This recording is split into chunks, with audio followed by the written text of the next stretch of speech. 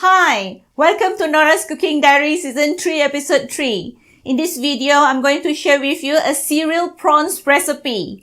Crispy prawns tossed in fragrant cereal mixture is a simple dish yet so deliciously satisfying. The added chili and curry leaves give this dish that extra punch on every bite. The combination of prawns and cereal gives you a tasty dish that is beyond your imagination.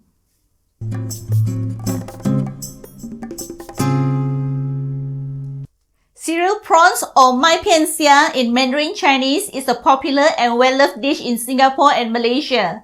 Màipiàn means cereal and xia means prawn. Keep watching and I will share with you how I cook this cereal prawns recipe. And don't forget to check out my cooking tips in the description below. Happy cooking!